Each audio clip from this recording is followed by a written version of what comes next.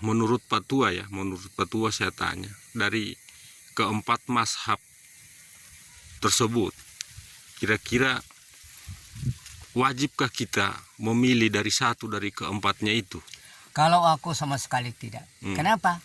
Itulah ilmu yang diberikan Tuhan kepada mereka, mungkin sesuai dengan zaman mereka itu. Tetapi ilmu ini kan semakin lama semakin maju, asal dikaji sesuai dengan kemauan hamba ya. Jadi kalau hamba ini mengatakan akhir ya dari kajian-kajian hamba bahwa tidak ada yang berbuat baik kepada makhluk selain hanyalah Allah, dan makhluk tidak berbuat baik kepada Allah.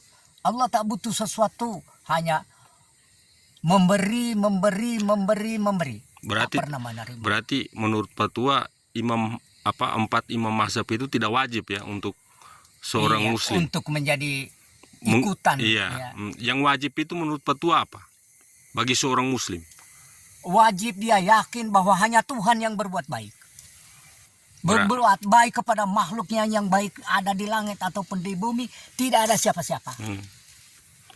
Hanya Tuhan yang berbuat baik. Iya. Terhadap makhluk-makhluknya. Mari ku berikan gambaran yang paling dekat dengan akal kita yang rendah. Aku tidak setuju ya dengan sabda Rasulullah yang mengatakan bahwa menjadikan anak itu Majusi, Nasrani, Yahudi adalah kedua orang tua. Aku tidak setuju ini.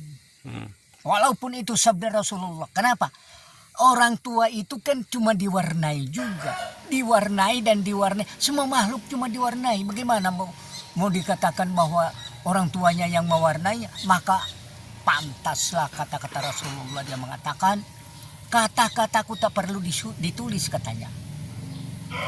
Yang tadi itu? Ya, bukan cuma itu, bahkan kata-katanya tak perlu ditulis. Aku teringat dengan Habib Yasin ini. Ini Habib Yasin seorang profesor.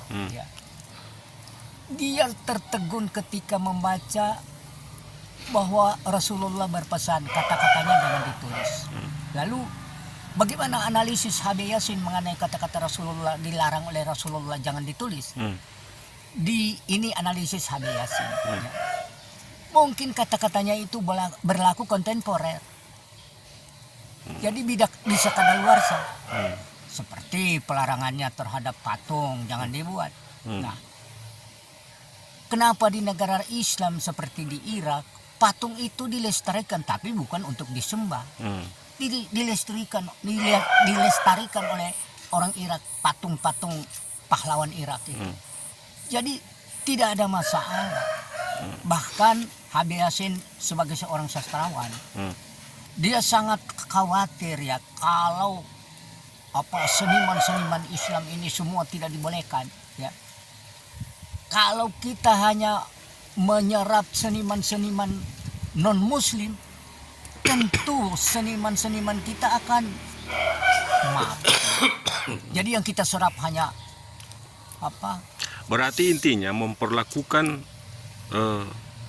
sunnah atau apa yang disampaikan oleh Rasulullah itu pada zamannya itu harus disesuaikan dengan keadaan zaman. Bisa saja. Kayak seperti sekarang kan. Karena sekarang setiap sesuatu yang tidak dilakukan oleh Rasulullah itu berarti bid'ah kan.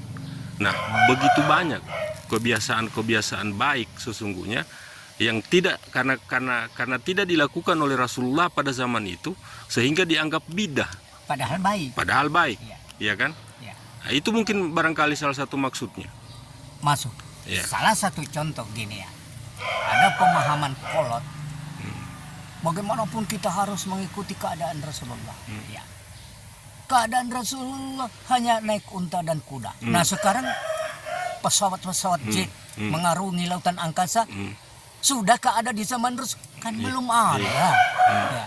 Jadi bukan berarti yang begitu itu haram juga.